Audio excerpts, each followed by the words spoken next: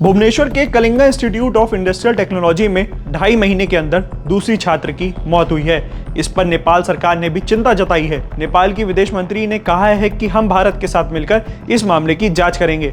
आइए आपको पूरा मामला विस्तार से बताते हैं। नमस्कार, मेरा नाम है आशा कपूर, आप इस समय देख रहे हैं इंडिया.com। भुवनेश्वर के KIIT यानी Kalinga institute of industrial technology में एक और नेपाली छात्र की मौत के बाद बवाल मच गया है। 2.5 महीने में ये दूसरी छात्र की मौत है। इस पर नेपाल सरकार ने भी चिंता जताई है। नेपाल सरकार ने छात्र की मौत की जांच के लिए कूटनीतिक पहल की है। नेपाल सरकार ने कहा है कि मामले की जांच भारत के साथ मिलकर करेंगे।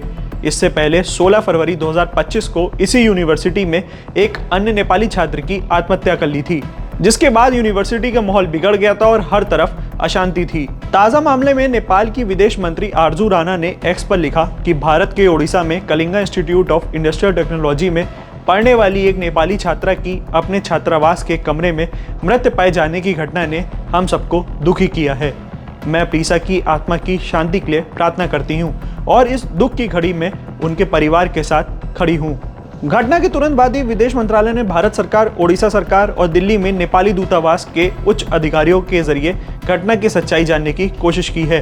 भारत में नेपाल के राजदूत शंकर पी शर्मा ने कहा कि दूतावास के अधिकारी गहन जांच के लिए विदेश मंत्रालय, ओडिशा सरकार, पुलिस और विश्वविद्यालय के साथ समन्वय कर रहे हैं। उन्होंने एक्स पर लिखा कि ओडिशा के KIIT के छात्रावास के कमरे में नेपाली छात्र प्रीसा की मौत से वे बेहद दुखी हैं। उनके परिवार के प्रति हार्दिक संवेदना। ईश्वर से प्रार्थना करता हूं कि उसकी आत्मा को शांति मिले। हम गहन जांच के लिए विदेश मंत्रालय, ओडिशा सरकार, पुलिस और विश्वविद्यालय के साथ समन्वय कर रहे हैं। एक वरिष्ठ अधिकारी ने बताया कि बीटेक छात्रा का शव संस्थान के महिला छात्रावास के कमरा नंबर 111 से बरामद हुआ है। उन्होंने बताया कि वह कंप्यूटर साइंस की छात्र थी और बीटेक की पढ़ाई कर रही थी। भुवनेश्वर के पुलिस आयुक्त ने बताया कि लड़की कैंपस में अपने छात्रावास के कमरे में मृत पाई गई। संदेह है कि उसने आत्महत्या की। आत्महत्या के पीछे क्या कारण हो सकता है, यह अभी स्पष्ट नहीं हुआ। मृतका के माता पिता शुक्रवार को भुवनेश्वर पहुंचेंगे और उसके बाद शव का पोस्टमार्टम किया जाएगा। सुनिए भुवनेश्वर पुलिस के कमिश्नर सुरेश देव दत्ता सिंह को। यूनिवर्सिटी में एक नेपाली छात्रा की सुसाइड की घटना आज सामने आई है। हम लोगों ने जाकर उसको देखा है। इस पर डिटेल इन्वेस्टिगेशन होगा। जो प्राइमा फेसी जो देखने में लग रहा है, चूंकि उनका रूम अंदर से बंद था, हैंगिंग में पाई गई, तो ये सुसाइड का केस लगता है।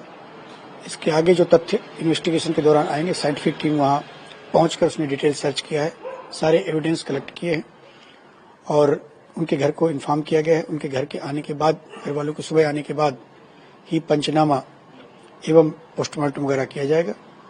और पोस्टमार्टम के लिए हम लोगों ने एम्स में भेजा है। एम्स में डॉक्टरों की टीम उनके पोस्टमार्टम करेगी, वो भी मजिस्ट्रेट और की उपस्थिति में कैमरे के सामने। और जब पेरेंट्स आ जाएंगे, इस दुखद घटना की पूरी तत्परता से पड़ताल की जा रही है। इसके बाद ओडिशा कांग्रेस अध्यक्ष का भी इस मामले में बयान आया, सुनिए। जब तक कारण नहीं पता चलता तब तक उस पर टिप्पणी करना ठीक नहीं। किसी का व्यक्तिगत निजी कारण हो सकता है, सुसाइड का कारण पता चलना चाहिए। पिछले बार भी कारण को नहीं खोजा गया, बस हवा में एक यूनिवर्सिटी के खिलाफ जो जिसके मुंह में जो आया वो बोल दिया गया। उस यूनिवर्सिटी में ये भी ध्यान रखना चाहिए कि वहां लगभग 40,000 आदिवासी बच्चे पढ़ के बड़े हुए हैं। हमें किसी के खिलाफ व्यक्तिगत दुश्मनी नहीं है। वो धनाढ्य व्यक्ति हैं, समाज में उनका दबदबा है, इसके लिए उनको विरोध करना चाहिए, ऐसी बात नहीं है, लेकिन जो सिस्टम में गलत है। ऐसी तमाम वीडियोस के लिए बने रहिए हमारे साथ, देखते रहिए इंडिया.com।